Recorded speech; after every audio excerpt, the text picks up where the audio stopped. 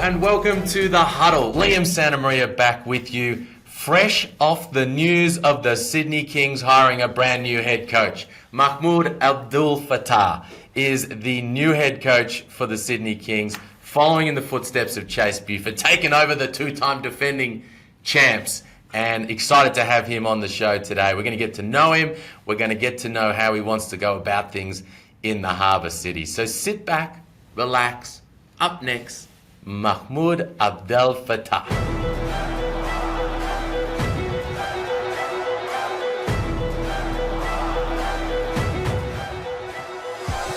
Coach, good to see you, mate. Welcome to the NBL.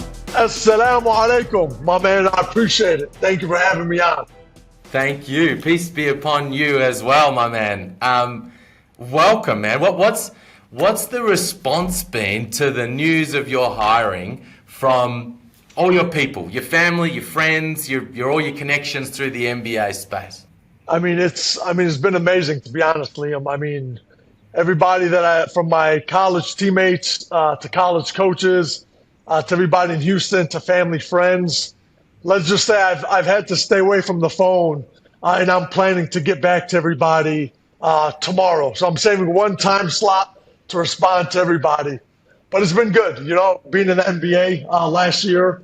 Everyone thought I was just going to stay around, and they were in awe and in shock. But I'm very happy, man. I'm very happy and looking forward to it. Love it. So you flipped the script, essentially. You flipped the script and said, you know what, I'm going to head over to the other side of the world. I'm going to do this thing. Is that kind of is that in your nature? Are you a risk taker? I would like to say so. I would like to say so, definitely. I'm one, Liam, and it's got me to where I am. If you give me a call and there's an opportunity, I'll leave within 5 minutes. The Uber will be on its way, and I'm headed to the airport. So I think that's what's gotten me to where I am today. Okay, nice. So how are you feeling about the move? You're obviously you're from Chicago, spent some time out of Chicago, spent some time in Minnesota, you spent some time in Texas. Now you're going to Australia. You're going to Sydney, a long, long way away. How are you feeling about that as a career and a life move? First off, I'll tell you, when I got the first phone call from CP a couple of weeks ago, I was like, yeah, sure, Sydney sounds good. Who knows? We'll see what happens. And then we go through the interview process, and then the first interview happens. I tell my wife, yeah, hey, the first interview went well. Who knows? This might be something legit. They call me back and say, hey, the ownership group wants to meet with you. I was like, hey, we should really start looking at Sydney, just so you know. But it's been great, man. Just like I said, I didn't ever expect, to be in Minnesota. Never expected to be in Houston, Texas. Liam, you just never know where the basketball can take you, and it does amazing things. It's taken me literally all over the world, and obviously continues to do so. But more so than just where it takes me, just, the people and the lives that I'm able to impact in a positive way, which I'm looking forward to do. And, I've been in the U.S., obviously been to the Middle East. Now just being able to go to Australia, a different continent, and just be able to connect with the people in Sydney. And I'm looking forward to learning about the culture, learning about the lifestyle, and hopefully everyone over there will embrace me. So I'm looking forward to it, mate. Good stuff, mate. I've got a couple of kids that are in primary school, elementary school here in Melbourne.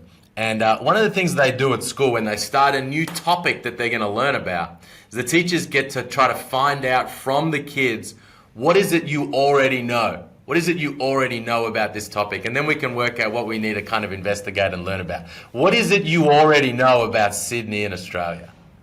I know it's one of the top 5 safest places in the world, if I'm not mistaken. I know it has one, if not the most beautiful beaches in the world.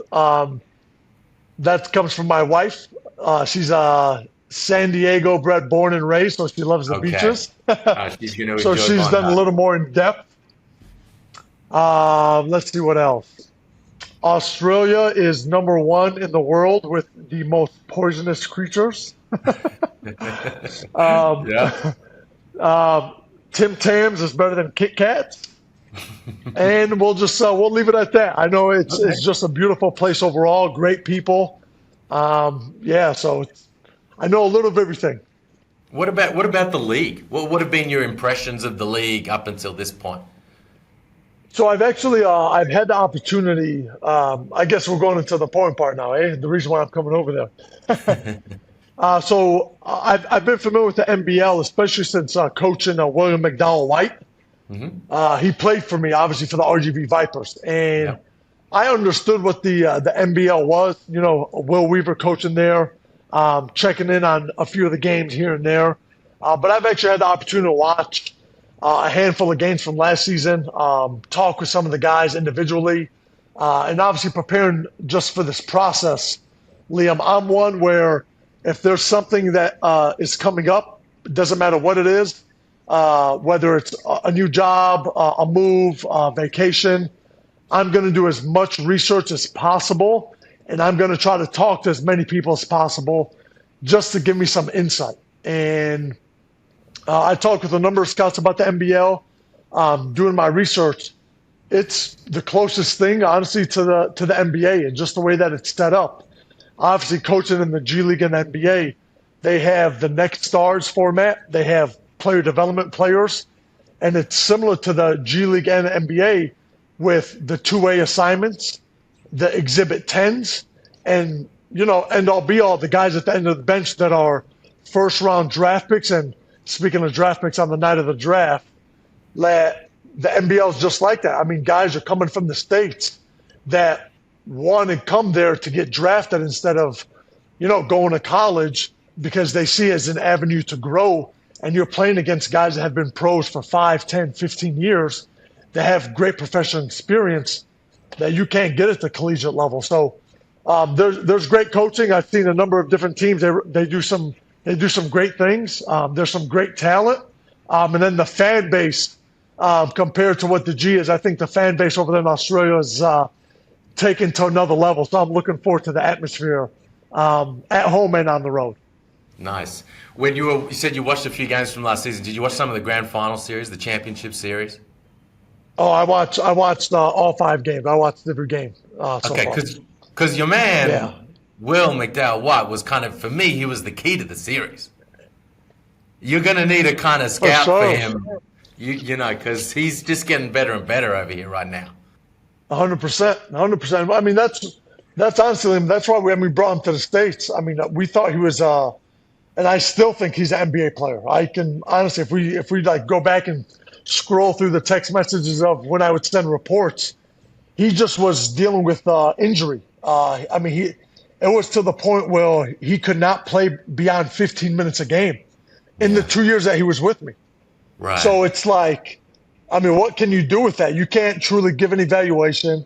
You're not going to invest millions of dollars on a guy that potentially can't stay healthy. But the one thing I would always tell him, I was like, his feel is like no other. He does not get sped up. You cannot slow him down.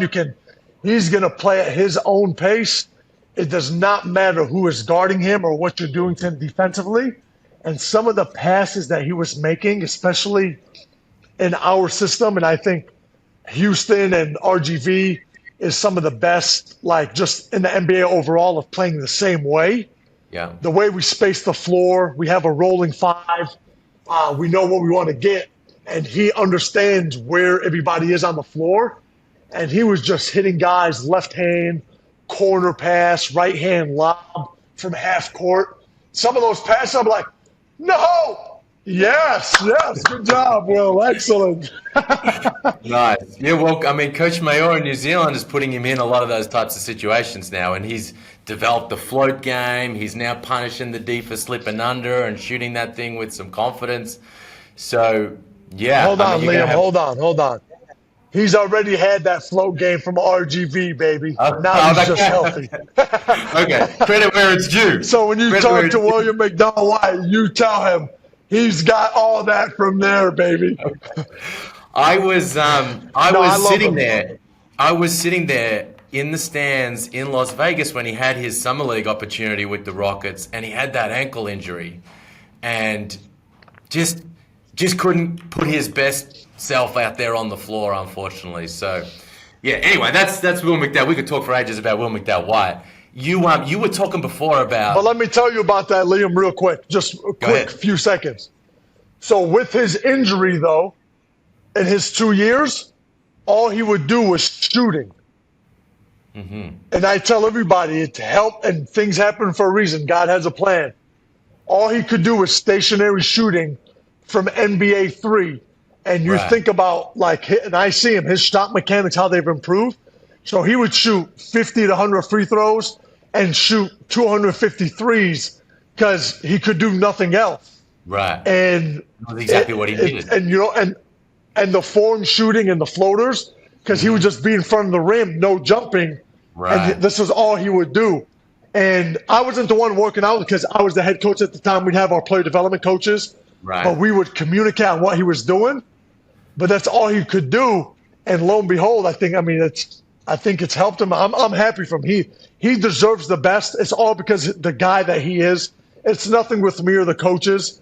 Great individuals will always succeed because they're always willing to be coached and listen to feedback. So he's a great young man. I think he's a sneaky chance to make this Boomers team for the World Cup. They've got camps coming up. He's in the squad. There's always someone that goes to these camps, and it was I can say now former Sydney King great Xavier Cooks, who was kind of this shock guy a couple of years back. Go into camp, people don't think necessarily they're going to make the team, but they just bring exactly what is needed. So I think he's a sneaky chance. For sure. And trust me, he's one. I mean, you can just give him the opportunity, and you're gonna be like, man, we didn't know he was this good. For real. You were talking before about the league, and it's similar in nature to your experiences in the G League. Paul Smith talks about this all the time, about how, he said we need to be realistic. Everyone wants to play in the NBA, and everyone wants to make money as a pro and make big money and maximize what they can achieve. And he said what we like to do is kind of position it. We're like an intersection within the basketball landscape. I'm sure he had this kind of conversation with you, and they've positioned themselves as a team that is like, listen, come to us, we'll help you get better, and we'll help you to maximize your potential. That might be here with us, or it might be going to the NBA. It might be like Jalen Adams and Jarrell Martin getting big payday in the Euro League. And it feels like it's, you look at Will Weaver, Chase Buford, now you. These are guys who have had experience and done really well at the G League level. Coaches of the Year, G League champions, these types of experiences, because you've obviously been working with guys, like you said, Exhibit 10, two-way guys who are with you, then all of a sudden they're not with you, and you're trying to elevate them up to the next level. It feels like they're onto something here that's working well. 100%, 100%. Yeah, he's exactly right. And the more and more people that I talk with, Liam, they truly just said I don't know how many, but there's a number of draft picks that will be playing in the NBL this coming season. And it is for coaches, for players. It's similar to where I was in the G 6 years ago, Liam. And I can't remember exactly, but I think there was only like 18 or 20 teams. And now there's 31 teams in the G League. And the NBL is just continues to grow, just where it's been in the last couple of seasons. Now you can read stuff and watch games on ESPN and read articles here and there. And that's why basketball is so beautiful. It's a global game. But, the NBL, who knows? I can only imagine, I'm sure a few years from now, there'll probably be 15, 16, 18 teams going over there. And with their just pathway of development and sending guys over to the NBA, I don't see why there wouldn't be multiple guys coming over and increasing the number of next stars, just like the NBA increased the number of two-ways from 2 to 3. Hey, I'm here for it. Let's take a minute here to just learn a little bit more about you. Your family, your journey, kind of what makes you tick. You mentioned your wife before from San Diego. She's going to be coming with you and enjoying the surrounds there around Bondi Beach. Tell us a little bit about you. 100%. No, great question, Liam. So I'm born and raised from Chicago. I come from a large family. I have 3 older sisters, 2 older brothers, and a younger brother. So I have 6 siblings. So when we're growing up, we're I'd like to say we're one of the most competitive families I've been around. Um, Whether it's first one in the house, first one to finish eating, first one on the floor, and all of my siblings, sisters and brothers, played basketball. Obviously some are more talented and some more competitive than others, but we would always go out to the garage, shoot hoops. We'd be in the front yard playing football, playing baseball, and we're just a very competitive family. So that's a little about my siblings. I lost my mom, God rest her soul, at the age of 19. Um, Losing my mom just really taught me a lot about life. She was a great individual, hardworking individual. Her and my dad were both immigrants to the United States.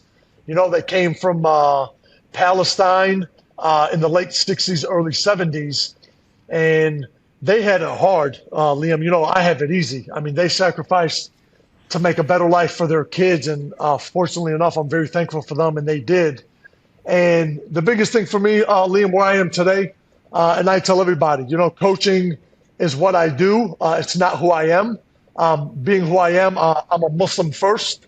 I'm a husband, brother second, and then I'm a basketball coach. And being Muslim has helped me become a better individual just in society. Make sure that I'm treating everybody with respect. Never treat people based on what's in their bank account or based on their title. Anytime that you see you can change somebody's life with a good morning. And religiously is a big thing for me.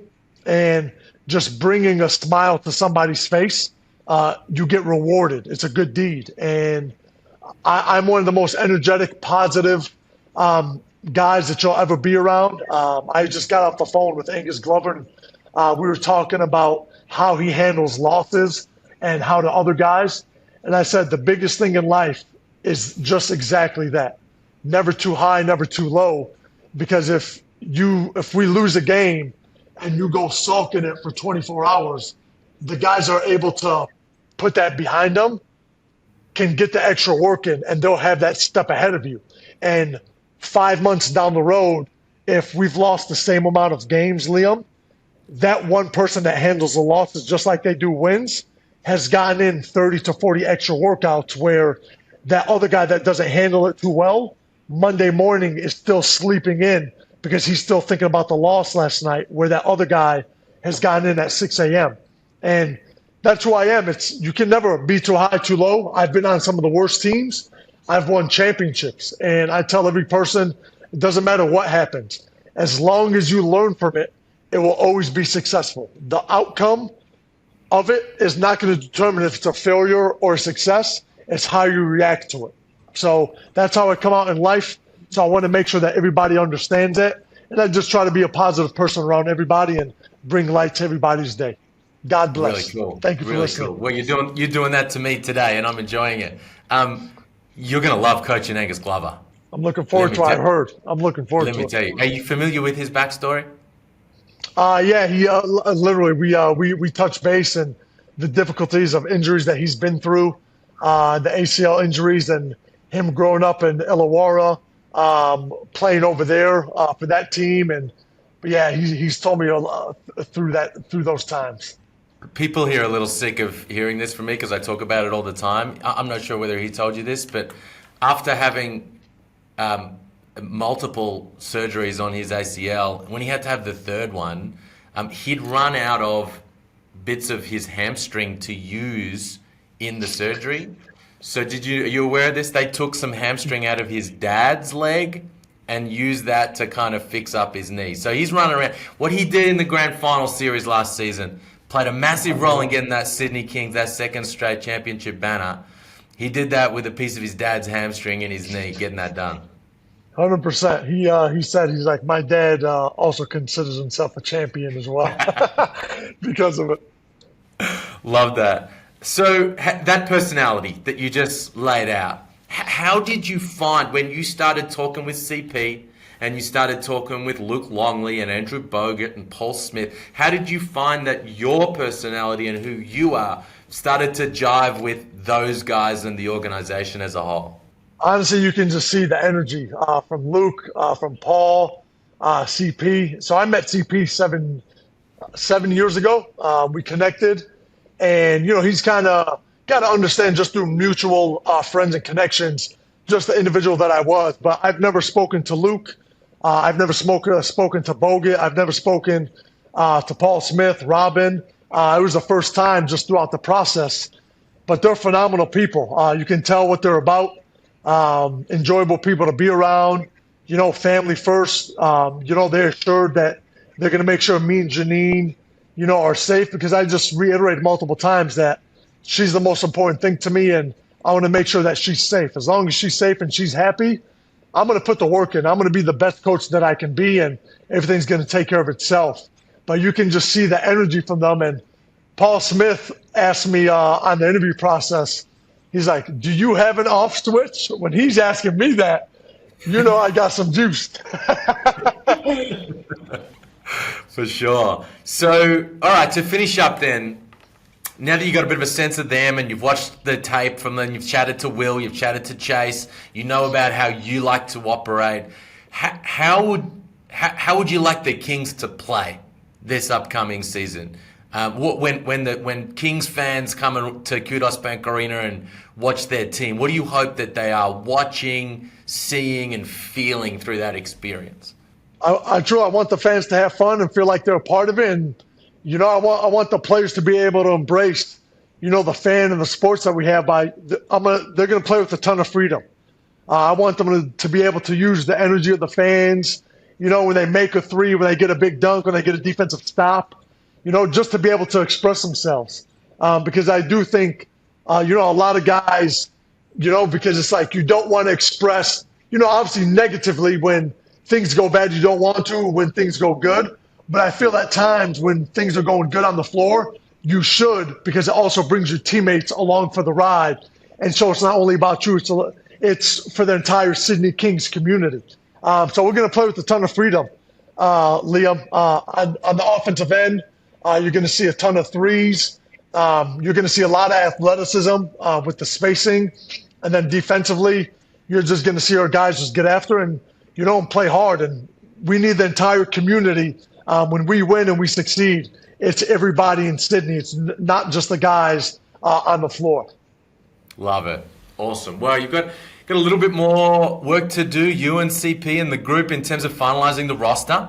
You've still got, you guys don't have a next star locked in for next season, so we're going to have some conversations in that regard, get to see if we can get something happening there. But once you get all that done, I guess you're going to hit the ground running. You're going to go Summer League? Yes, I will be there.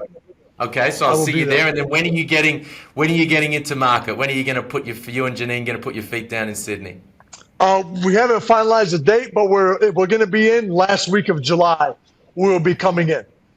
Just figuring out some logistical stuff, but we'll be coming in last week of July. And the more we talk about it, I think we're going to come in sooner and sooner, so we have some time to get settled in and go enjoy Sydney before we have to get started. Love it. Hey, it's been awesome getting to know you, man. And as I said off the top, welcome to the NBL. We're happy to have you. No doubt the Kings fans feel the same way, and all the best moving forward. Thank you, Liam. I appreciate it. I'm looking forward to coaching the Sydney Kings over the next couple of years and being around the community. So, Assalamu alaikum. All right. Cheers.